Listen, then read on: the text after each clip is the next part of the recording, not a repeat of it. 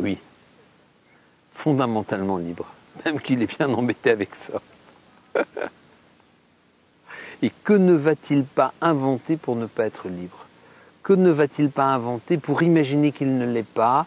Que ne va-t-il pas inventer pour éviter sa responsabilité de sa liberté? Parce que c'est terrible, la responsabilité de la liberté, ça veut dire que si je suis libre, je suis responsable de ce qui m'arrive. C'est tellement facile d'être victime. C'est pas de votre faute, vous n'y êtes pour rien. Hein, j'avais un jour sur Victime Bourreau Sauveur, j'avais écrit un article, je disais à choisir prenez victime. C'est ce qui est le plus facile.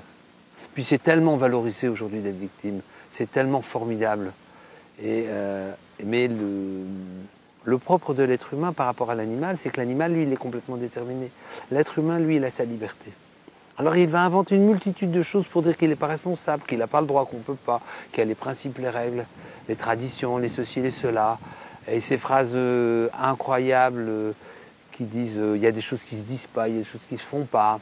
C'est toutes des limites que l'on se met. Vous voyez, les enfants, ils sont fondamentalement libres, ils savent qu'ils sont libres.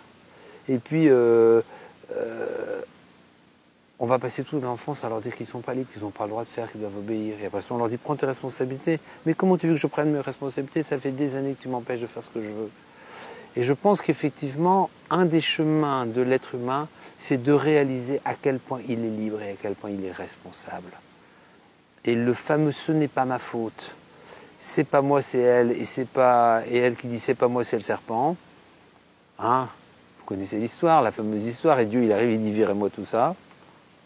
Et Saint Augustin disait si Adam et Ève avaient assumé d'avoir croqué à la pomme, on serait sûrement encore au paradis. Parce que on voit bien en médecine le non-assumé qui est l'origine des maladies.